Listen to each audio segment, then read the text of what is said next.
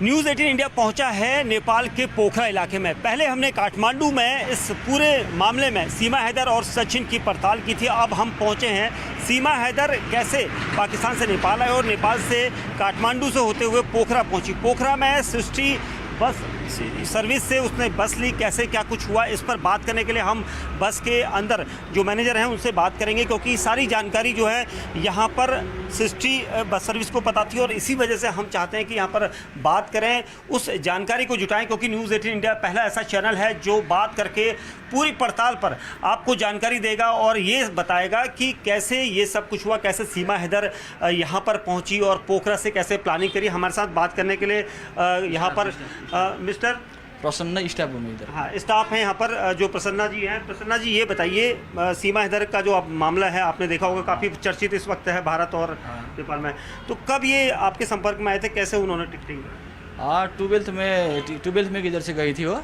11th में को हमारे ओनर को एक फ़ोन आया था, उन्होंने मुझे फ़ोन नंबर फॉरवर्ड की थी और मैंने उनको व्हाट्सएप पे इधर आने के लिए बोला था। हमारा गाड़ी 7 बजे से निकलता है, आप इधर आइए बोला था और वो इधर आई और बस पे बैठी, टिकट करवाई और हमने पूछा उनके पास आईडी है कि नहीं है, उन्होंने बोली हाँ आईडी है और हमने उसको टिकट करके उधर बस में बैठा दिया। क्या नाम बताया था उन्होंने? मीना ये सब कुछ दूसरा मीना और कुछ कहा था, वो 2 महीने की बात हुई ना, वो नाम क्या बोला हमें पता नहीं था उधर। अच्छा, सीमा नहीं बताया कुछ? सीमा तो नहीं है, वो क्या बताया नहीं मुझे मालूम नहीं है, वो सीमा मीना और कुछ ऐसे कुछ बताया था। हाँ, तो आप लोग बुकिंग करते हैं तो रिकॉर्ड रखते हैं उसका?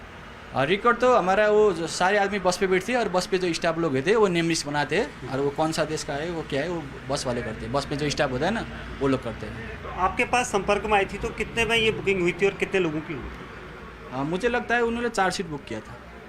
अच्छा, 4 सीट बुक किया था। 4 सीट किया था, लेकिन 4 बच्चों की अलग अलग टिकट होती है कि उसने एक ही? एक ही ना, लेकिन टिकट तो एक ही होता है सिर्फ, लेकिन वो बस में जो स्टाफ हो ना वो लोग सारे के नेम लिस्ट, जो नेम लिस्ट होता है पैसेंजर लिस्ट, उसमें सारे के नाम लिखते हैं। अच्छा, उसमें सबके नाम लिखे गए? सबके नाम लिखे थे। और कितनी तारीख की है टिकट की? 12th में की टिकट थी इधर से। 12 मई की? हाँ, 12 मई की। और आपने देखा होगा यहाँ पर कितने बजे ये बस चलती है? बस सुबह 7 बजे निकलती है इधर से। वो सुबह 7 बजे? हाँ, तो 10-15 मिनट पहले आई थी और टिकट करवाई और पूछा हमारे आपके पास आईडी है, उन्होंने बोला आईडी है और बैठी गई बस में जाकर। उसने आईडी में क्या दिखाया? आईडी नहीं था, हम इधर पूछते हैं, ड्राइवर लोग पैसेंजर लिस्ट बनाते हैं, अब हमारे भैरव में भी एक ऑफिस है, उधर नेम लिस्ट बनाते हैं, उधर बॉर्डर पे ना उधर भेजते हैं वो नेम लिस्ट। अच्छा, तो मतलब उसके पास आईडी तो यहाँ की होगी, नेपाल की होगी नहीं, पाकिस्तान की आईडी थी? नहीं, हमने तो बोला उसको आप हमारे गाड़ी पे सिर्फ इंडियन और नेपाली लोगों की अलाउड है और दूसरी कंट्री कोई देश भी अलाउड नहीं है। हमने पूछा आपके पास इंडियन आईडी है, उन्होंने बोला हाँ इंडियन आईडी है और बैठ गई, चली गई। मतलब झूठ बोल गई?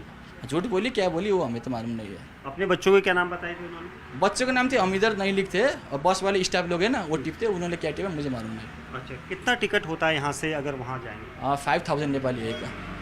उसने कितना रुपया पेमेंट किया? उसने हमारे वो बच्चे लोग थे इसलिए हमने तो डिस्काउंट कर रहा था, कुछ डिस्काउंट कर दिया था उनको और उन्होंने मेरे ख्याल में 12,000 रुपये इधर दिए थे कैश नेपाली रुपीज़ और बाकी जो 6,000 होते हैं ना वो हमारे वो दिल्ली के इंचार्ज जोन हो, इंचार्ज को पेटीएम कर दिया था, पेटीएम और यूपीआई को कर दिया था। वो किसने किया था? इसलिए उन्होंने कुछ आपने इंडियन वाले से कुछ के बात करवाई और हमने उनको वो जो इंडिया के हमारे इंचार्ज का पेटीएम वाला नंबर होता है ना वो नंबर भेजा और उन्होंने उधर पैसा डाल दिया। अच्छा, वहाँ सचिन जो उसका प्रेमी है, साथी सचिन है कोई है, हमें मालूम नहीं है वो।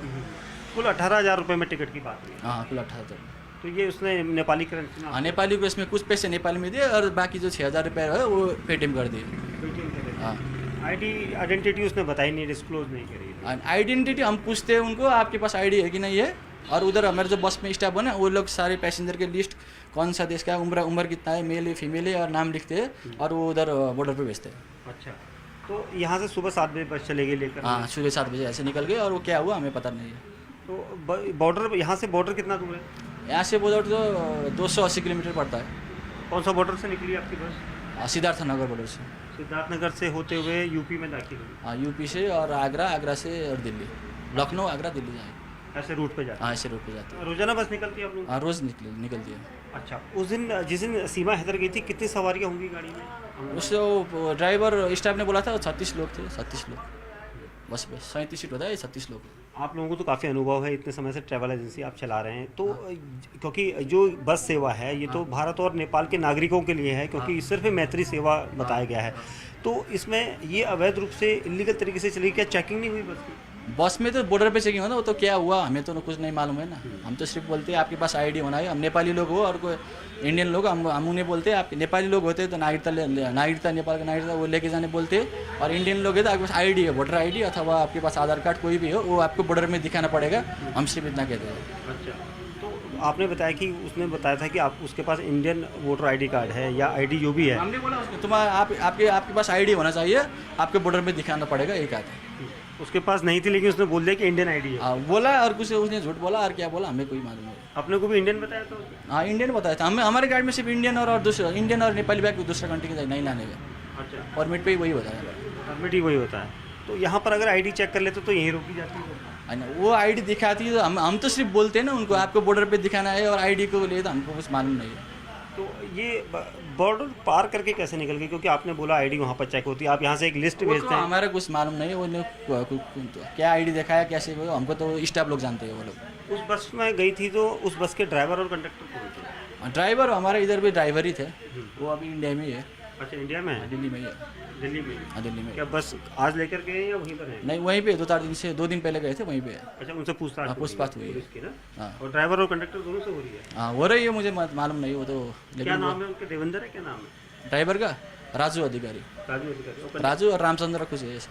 अच्छा, तो आप लोगों के पास भी फ़ोन आया, कोई पुलिस की टीम यहाँ पहुँची आपके पास? इधर तो नहीं, लेकिन दिल्ली ऑफिस पे पहुँची थी हमारे। दिल्ली में ऑफिस है, उधर पहुँचे थे। कहाँ पर है दिल्ली में आपको? सरोजी नगर।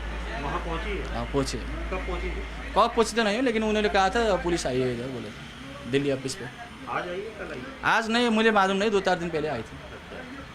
और ड्राइवर और कंडक्टर से आज पूछताछ हो रही है वहाँ पर? नहीं 2-3 दिन पहले हो सके, मुझे वो तो कुछ मालूम नहीं है, वो किधर पहुँचे कितनी टाइम लगा बस पास हुआ, मुझे मालूम नहीं है। ये भी जानकारी मैं आई? तो सिर्फ इधर काम करने वाला हूँ, मैं आप टिकट करवाता हूँ और आपके पास बोलता हूँ आईडी पास से होना चाहिए और बैठते हैं, और मैं तो वही सिर्फ इधर का स्टाफ हूँ इधर का।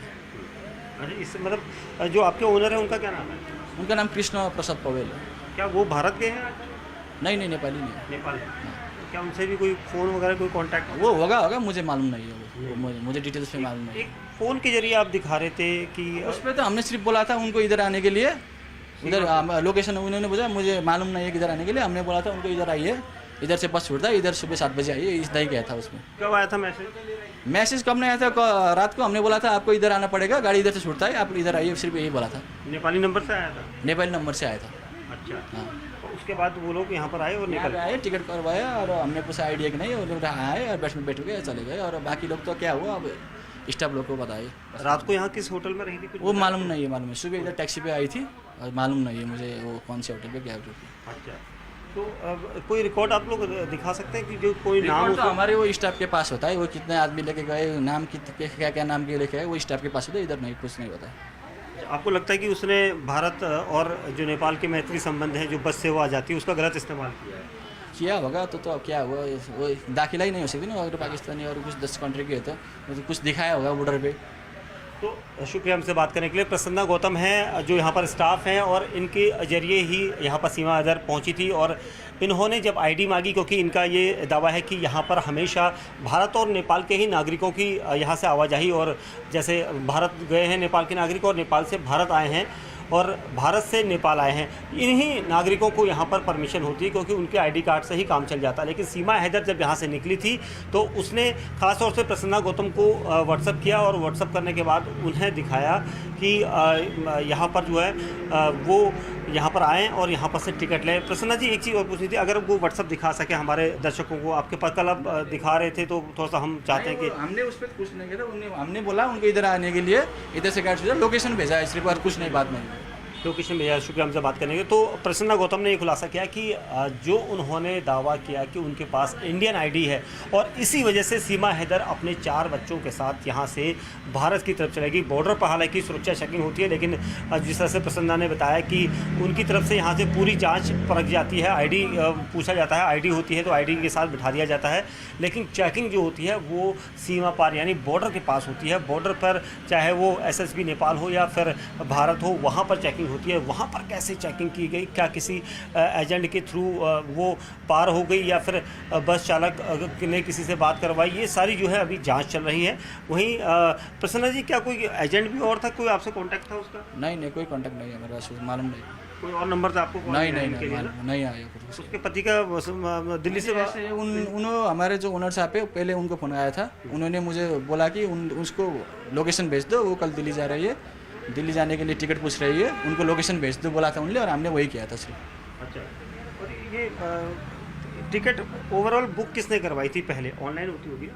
ऑनलाइन भी होती है, इधर आके भी होती है। ये बुक किसने करवाई थी? इधर आके उन्होंने फ़ोन किया और हमने सीट रोक दिया और इधर आई और बस पे चल। सीधे सीमा हैदर ने करवाई? सीमा इधर है नहीं, उन्होंने हमारे ओनर ने उनका नंबर भेजा था, हमने हमारे ओनर ने कहा कि आपको उसको लोकेशन भेज दीजिए किधर से गाड़ी छोड़ता है, हमने लोकेशन भेज दिया, इधर आ गई और चली गई। ये तो नहीं कहा था कि भारत से टिकट बुक करवाई गई है?